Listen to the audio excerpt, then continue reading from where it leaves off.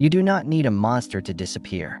Sometimes all it takes is one wrong direction, one broken reference point, and a landscape so large that your mistake becomes invisible. At first, being lost feels temporary. You stop. You look around. You tell yourself the trail, the coast, the camp, or the vehicle must be close. Then the environment removes the clues. The horizon repeats. Wind erases tracks. Snow turns sky and ground into the same color. Trees close behind you. Your body keeps moving, but certainty disappears first. And once uncertainty takes control, every decision begins to cost water, heat, energy, daylight, or time. These are 6 places on Earth where getting lost can stop being an inconvenience and become a survival problem with almost no margin for error. The question is not whether these places are haunted. The question is simpler. When the world gives you no obvious way out, how long can you keep making the right choices? The first trap is not land at all. It is Point Nemo, the oceanic pole of inaccessibility in the South Pacific. Point Nemo lies about 2,688 kilometers from the nearest land. In every direction, the answer is still ocean. That distance is so extreme that, when a crewed spacecraft passes sufficiently nearby overhead, people in orbit can be closer than anyone standing on land. But the danger is not a dramatic wave arriving on cue. The danger is scale. Your position becomes a tiny uncertainty inside a surface larger than your mind can judge. On open water, there may be no mountain, tower, road, or skyline to confirm that you are drifting the wrong way. A horizon can look perfect and tell you almost nothing. Lose reliable navigation, and the problem compounds. Wind and current move you while your eyes insist the world is standing still. You may believe you are holding a course. Hours later, the distance between where you think you are and where you actually are can be enormous. Then comes the cruelest fact about being surrounded by water. Almost none of it is safe to drink. Drinking seawater increases the burden on your body because your kidneys cannot remove that salt without losing more water. Desperation can make the obvious choice the wrong one. Exposure adds another clock. Sun, wind, cold nights, wet clothing, and fatigue do not need to kill you quickly. They only need to make your next decision worse. In a place this remote, rescue is also a geometry problem. Searchers need a position, and every hour of uncertain drift can expand the area that must be searched. At Point Nemo, the most important survival object is not a weapon.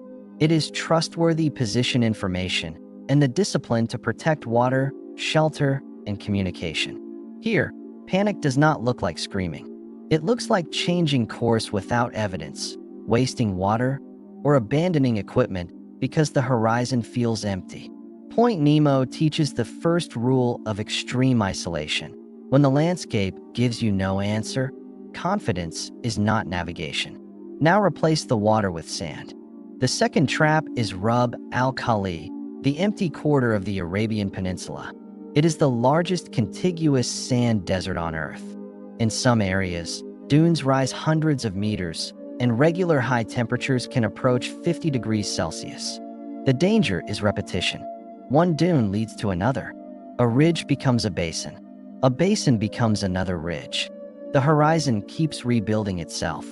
Without a fixed bearing, people naturally drift. We favor one leg, avoid obstacles, follow the easier slope, and slowly turn while believing we are moving straight. In the empty quarter, that small bias can become kilometers. And every extra kilometer is paid for with water. Heat changes the test before thirst feels dramatic. Sweat removes water and salts. Your heart works harder. Judgment can soften long before you admit you are in trouble.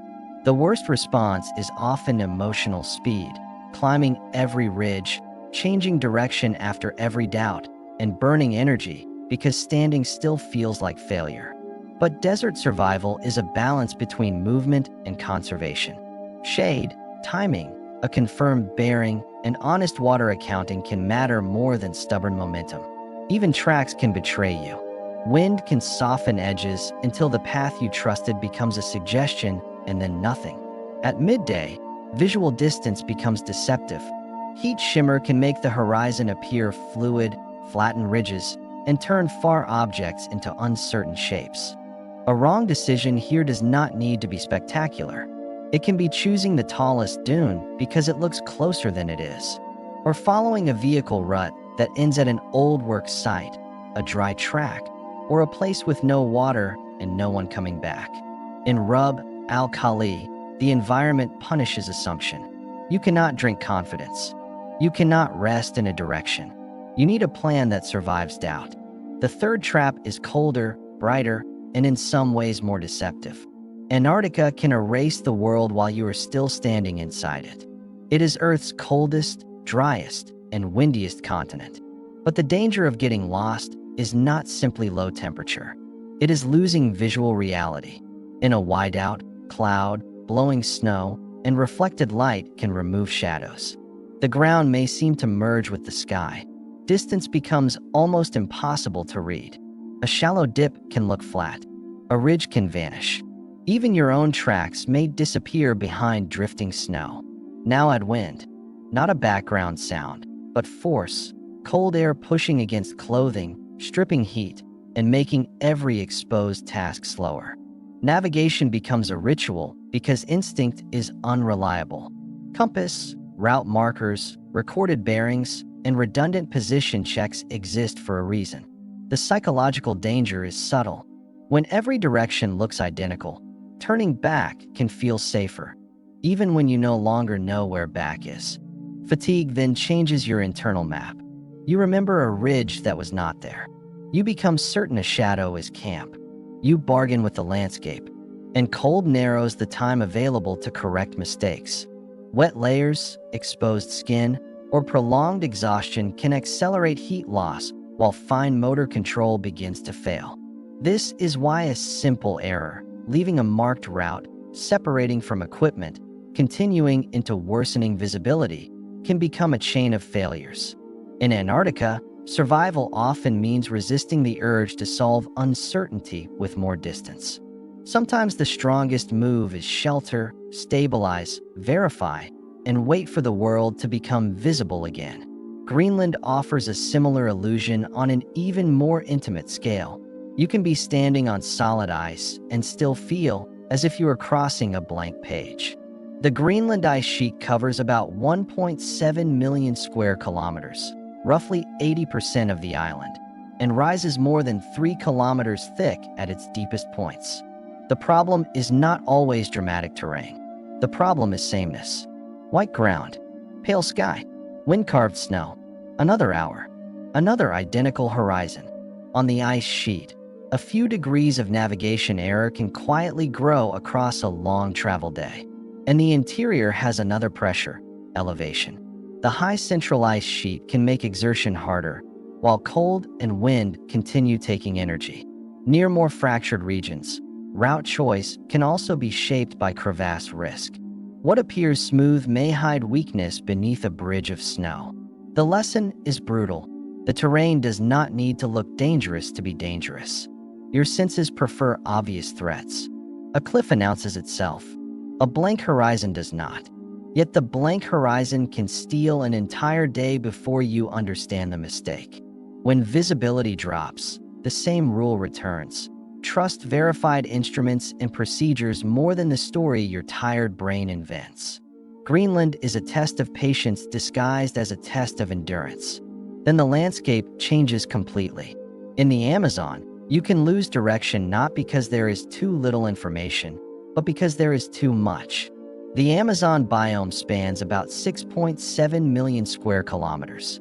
Under the canopy, however, your useful view may shrink to a few meters. A mountain can guide you for hours in open country. Beneath dense forest, the next wall of leaves may be all you can see. Paths are unreliable stories. A narrow opening may be an old human route, a dry water channel, a temporary clearing, or simply a gap that ends. Rivers seem like answers because water creates direction. But rivers bend, divide, flood, and can carry you deeper into country you do not understand. Even sound can mislead. Dense vegetation, rain, and moving water can distort where a distant noise seems to come from. Then there is the energy cost. Every detour means stepping over roots, pushing through wet growth, climbing banks, and constantly checking the ground. Humidity changes the meaning of rest. Clothing stays wet, gear stays damp. Small discomforts accumulate until concentration becomes another resource you can lose. In dense forest, panic often produces a dangerous pattern. Move fast, find nothing, turn, move faster, and destroy the memory of your own route. A better response begins with stopping the spiral. Fix your last known point. Mark what you can verify. Protect water and daylight. Make each movement deliberate. The forest also makes distance emotional. After hours of green walls, 100 meters can feel like a kilometer, and a kilometer can feel endless. This is how the Amazon can swallow certainty. Not with emptiness, but with abundance. Too many trunks, too many turns, too many possible directions. The sixth place is the Siberian Taiga, part of the vast boreal forest belt that stretches across the northern world. Across the boreal biome, forest covers an enormous portion of the planet. In Siberia, the repetition of trees can continue for distances that defeat ordinary visual memory. In summer, boggy ground and hidden water can force constant detours. In colder seasons, snow can cover tracks and shorten the useful day. A straight line on a map can become impossible on the ground. A marsh pushes you east. Fallen timber pushes you north. A river forces you back. After enough detours, your internal compass begins lying to you. You remember the direction you intended to travel, not the direction you actually traveled. The taiga also changes scale with light. Under a low sun or heavy cloud, identical trunks become silhouettes. Landmarks disappear into the same dark pattern. Cold adds urgency, but rushing can make the route worse. Sweat dampens layers. Exhaustion lowers judgment. A missed shelter point becomes more serious as darkness arrives. Fire and shelter can become central, but only if you still have the energy and dry material to build control before the temperature falls. Smoke can also rewrite the landscape. During severe fire conditions, familiar visibility can collapse and direction can become another uncertain variable. And the taiga has one final psychological weapon: silence broken by sameness. When every clearing resembles the last, memory starts manufacturing confidence. The choice is the same as in the ocean, desert, and ice. Separate what you know from what you merely feel. Because in a forest this large, a confident wrong direction is still wrong. 6 places, 6 different landscapes.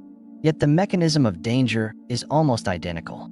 At Point Nemo, there is too little reference.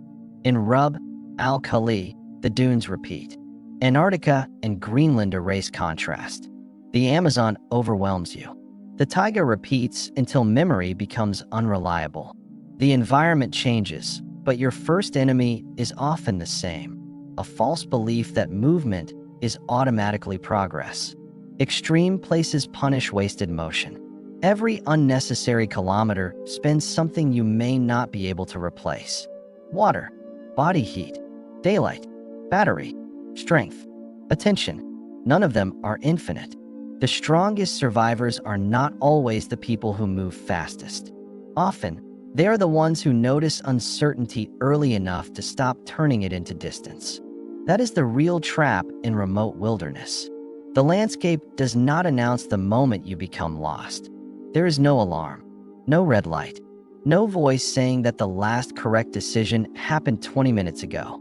You simply keep going until the cost of being wrong becomes visible.